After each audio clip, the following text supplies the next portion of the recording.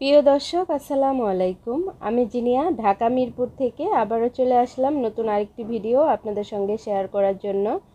কাছে এবং দূরে, দেশ বা বিদেশ, যে যেখান থেকে আমার এই ভিডিওটি দেখছেন, আশা করছি সকলেই অনেক অনেক ভালো আছেন। বরাবরের মতো একদমই সহজ একটি রেসিপি আপনাদের সঙ্গে শেয়ার করছি। আজকে আমি রুই মাছের রেজালা শেয়ার করব। আর এই আসছে ঈদে এইরকম একটা রেজালা যদি হয় তাহলে জাস্ট পোলাওটা জমে যাবে। এটা তো পোলাওর সঙ্গে যায়ই, কিন্তু আপনারা ভাতের সাথেও এবং নানের সাথেও পরিবেশন করতে পারবেন। খুবই জোস একটা মাছের রেসিপি। তো চলুন দেখে নেই কীভাবে এই মাছটা আমরা রান্না করি। তো এর জন্য আমি এখানে কাঠবাদাম আর কাজু বাদাম দুইটা মিলিয়ে 20টি নিয়েছি, আর বাদামগুলোকে একটু গরম পানি দিয়ে ভিজিয়ে রাখলাম। এতে করে খুব সুন্দর একটা পেস্ট তৈরি হয়ে যাবে। আর এখানে আমি রুই মাছ নিয়েছি। রুই মাছটাকে আগে থেকেই ভালো করে ধুয়ে পানি ঝরিয়ে নিয়েছি। আর অবশ্যই চেষ্টা করবেন রুই মাছটা যেন বড় হয়। রেজালার ক্ষেত্রে মাছটা বড় হলে খেতে খুবই সুস্বাদু হয়। এখন এখানে দিয়ে দিলাম ভাজার জন্য স্বাদ অনুযায়ী লবণ, আর দিয়ে দিলাম একটু হলুদের গুঁড়া আর লাল মরিচের গুঁড়া হাফ চামচ পরিমাণে। এখানে হলুদের গুঁড়াটা দেওয়া হয়েছে যাতে করে কালারটা খুব সুন্দর আসে, এর জন্য। আর কেউ দিতে না চাইলে স্কিপ করতে পারবেন। আর দিয়ে দিলাম হাফ চামচ আদার পেস্ট। এখানে কোনো রসুন নেই, শুধুমাত্র আদার পেস্ট দিয়ে দিলাম। আর এটাকে খুব সুন্দরভাবে মেখে নিব। আর মেখে কেউ হাতে যদি সময় থাকে সেক্ষেত্রে 1 ঘন্টা রেস্টে রেখে দিবেন। আমার হাতে সময় ছিল না, আমি সঙ্গে সঙ্গেই ভেজে নিয়েছি। আর এই যে এরকমভাবে একটু কড়া করে লাল লাল করে ভেজে নিতে হবে। মাছটাকে ভাজা হয়ে গেছে, এখন নামিয়ে একটি সাইডে রেখে দিব। আর এদিকে রান্না করার জন্য এখানে আমি 4টি দেশি পেঁয়াজ নিয়েছি। আর এই পেঁয়াজটাকে খুব সুন্দর করে পেস্ট তৈরি করে নিলাম। আর ভিজিয়ে রাখা যে কাজুটা ছিল সেই কাজুগুলো দিয়ে দিলাম। কাজুর পানিটা ফেলে দিয়েছি, কেননা এখানে আমি টক দই দিব। আর এই টক দইটা দিয়েই এই বাদামটাকে খুব সুন্দরভাবে পেস্ট করে নিব। এতে করে আর এক্সট্রাভাবে বাদাম বাটার জন্য পানি ব্যবহার করতে হবে না। এখানে আমি 3 চা চামচ উঁচু করে দিয়ে দিলাম দই। এটা হচ্ছে আড়ংয়ের টক দই। আর এটা ব্লেন্ড করে নিলে যখন আমরা রান্না করব তখন এই রান্নাটায় সফটনেস ভাব থাকবে, কোনো রকম একটা যে দানা দানা বা ছাকড়া ছাকড়া ভাব হয় সেটা হবে না। তো ব্লেন্ড করে সাইডে রেখে দিলাম। আর চুলায় পরিমাণ মতো তেল দিয়ে দিলাম কিছুটা আস্ত গরম মশলা। যেহেতু রেজালা রান্না করব তেলের পরিমাণটা একটু বেশিই দিতে হয়। তো আমি এখানে হাফ কাপের একটু বেশি আর 1 কাপের একটু কম, মানে 200 গ্রাম পরিমাণে তেল দিয়ে দিলাম। আর তেলটা একটু গরম হয়ে আসছে আর গরম মশলার থেকে একটু সুঘ্রাণ বের হয়েছে, তখন দিয়ে দিলাম কিছুটা পেঁয়াজ কুচি। এখানে আমি দেশি পেঁয়াজ একটি ব্যবহার করেছি। যেহেতু আমরা পেঁয়াজ বাটা ব্যবহার করব, তো পেঁয়াজ কুচিটা কম ব্যবহার করলেই হবে। জাস্ট এটা পোড়নের কাজটা সেরে নিলাম আর কি। তো পেঁয়াজটাকে কিছুক্ষণ নেড়েচেড়ে হালকা একটু ভেজে নিচ্ছি। আর এখন যখনই এরকম পেঁয়াজটা নরম হয়ে আসছে তখন আমাদের যে পেঁয়াজ বাটাটা সেই পেঁয়াজ বাটাটা দিয়ে দিব। আমি এখানে সবটুকুই পেঁয়াজ বাটা ব্যবহার করছি। তো টোটাল এখানে এই রান্নাটার জন্য আমি 5টি পেঁয়াজ ব্যবহার করলাম। আর পেঁয়াজটাকেও আমি কিছুক্ষণ ভেজে নিব, যতক্ষণ না পেঁয়াজের রঙটা চেঞ্জ হয়ে আসে ঠিক ততক্ষণ পর্যন্ত। আর এই মাছটা রান্না করার পর আপনি কি মাছ খাচ্ছেন না মাংস খাচ্ছেন আসলে সেটাই ভুলে যাবেন, এতটা টেস্টফুল এই রেসিপি। আমার পরিবারের প্রত্যেকটা সদস্য এত পছন্দ করে, বাসায় যদি বড় রুই মাছ আনা হয় তখনই সবাই একদমই বলে ওঠে যে এই মাছের রেজালাটা করে দাও। আর এই মাছটা শুধু যে পোলাও দিয়ে খেতে সুস্বাদু তা কিন্তু নয়, এটা সাদা ভাতের সাথেও জাস্ট জমে যাওয়া একটি রেসিপি। তো আমি এখানে আদা আর রসুনের পেস্ট দিয়ে দিলাম। আমি আদার পেস্ট 1 চামচ উঁচু করে দিয়েছি, রসুনের পেস্টও আমি 1 চামচ উঁচু করে দিয়েছি। আর রেজালার ক্ষেত্রে এখানে মাছের যে রেজালাটা আমরা তৈরি করি, আদা রসুনের পেস্টটা পরিমাণ মতো অবশ্যই দিবেন, মানে একটু বেশি পরিমাণে দিতে হয়। এর জন্য আমি 1 চামচ করে উঁচু উঁচু করে দিয়ে দিয়েছি।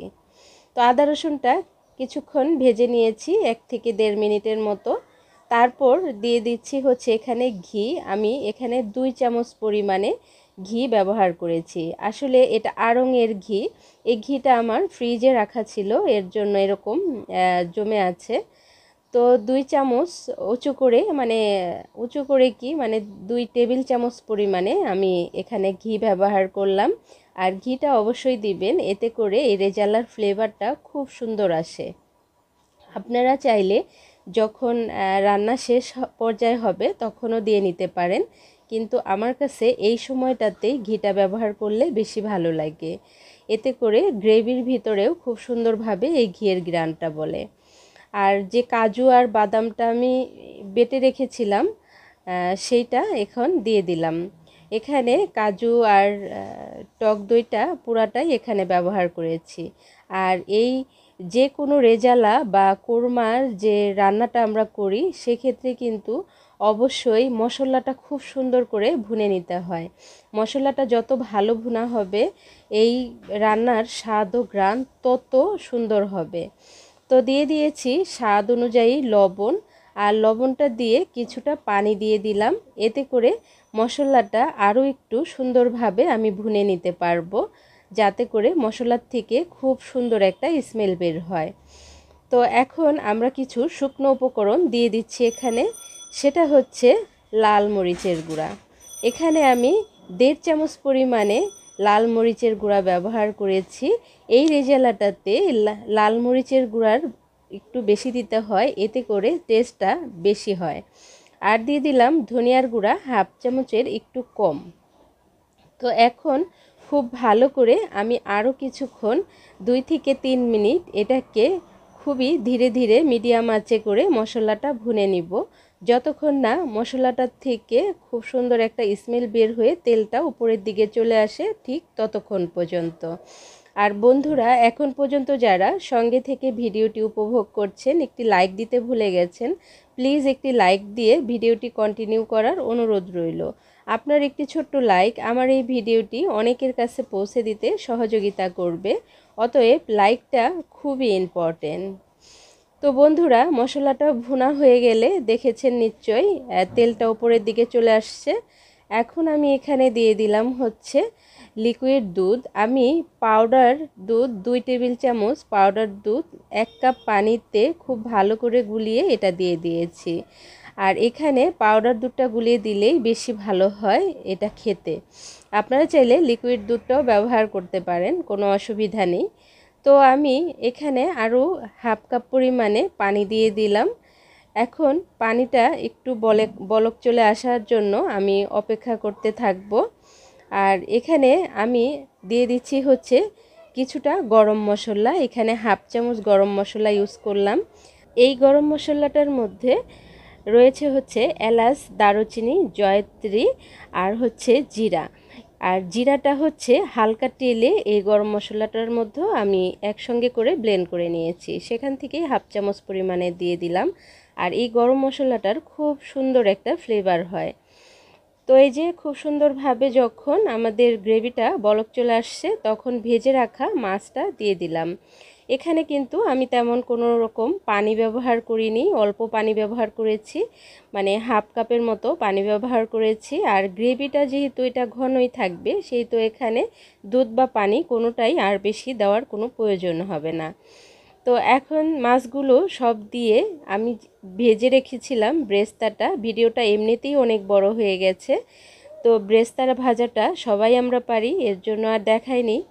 তো এখানে আমার হাতের 1 মুঠ পরিমাণে ব্রেস্তা দিয়ে এই ঢাকনাটা দিয়ে ঢেকে আমি প্রায় 15 মিনিট রান্না করেছি, একদমই লো হিটে। এই যে যেরকম বুদবুদ উঠে আসছে, ঠিক এই রকমভাবেই আমরা এটাকে রান্না করেছি, মানে কোনো রকম হাই ফ্লেম বা মিডিয়াম ফ্লেম না, একদমই লো হিটে এটাকে 15 মিনিট রান্না করার পর এই যে আমাদের গ্রেভির অবস্থাটা এই রকম হয়েছে।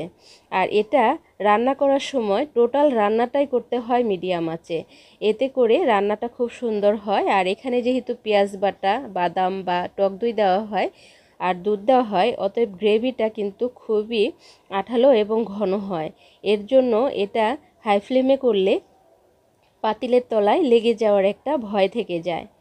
তো এখন দিয়ে দিলাম হচ্ছে 1 চা চামচ পরিমাণে চিনি, এটা স্বাদটাকে ব্যালেন্স করার জন্য। আর যারা একদমই চিনিটা খেতে পছন্দ করেন না তারা স্কিপ করতে পারেন, কিন্তু আমি একটু দিয়ে দিলাম, এতে করে এই রেজালার যে স্বাদটা সেটা ব্যালেন্স হয়ে যাবে। তো 1 চামচ চিনি দিয়ে এখন দিয়ে দিব হচ্ছে আমি 2 টেবিল চামচ পরিমাণে টমেটো সস। এখানে 2 টেবিল চামচ টমেটো সস ব্যবহার করলাম। আর এই টমেটো সসটা দেওয়ার কারণে রেজালার স্বাদ জাস্ট জমে যাওয়া একটা রেসিপি। তো এখন কিছুটা দিয়ে দিলাম কাঁচামরিচ। আমি 2 রকম লাল এবং সবুজ রঙের কাঁচামরিচ ব্যবহার করলাম। তো কাঁচামরিচটা দিয়ে এটাকে আমি আরও কিছুক্ষণ রান্না করব। যেহেতু লো হিটে রান্না করছি সেহেতু একটু পরপরই নেড়েচেড়ে দিচ্ছি। আর এখন জালটাকে বাড়িয়ে দিব, আর জালটা বাড়িয়ে দিয়ে 2 মিনিট আমি রান্না করতে থাকব। বন্ধুরা, আমার চ্যানেলে যারা নতুন, আমার চ্যানেলটিকে সাবস্ক্রাইব করে বেল আইকনটি বাজিয়ে দেওয়ার অনুরোধ রইল।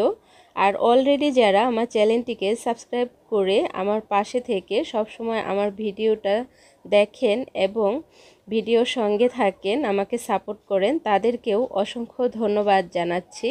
আর নতুন বন্ধু যারা অবশ্যই 24 ঘন্টা অপেক্ষা করবেন। 24 ঘন্টা পর আমিও আসব আপনাদের চ্যানেলটিকে ভিজিট করে আপনাদের পরিবারের সদস্য হয়ে যাওয়ার জন্য।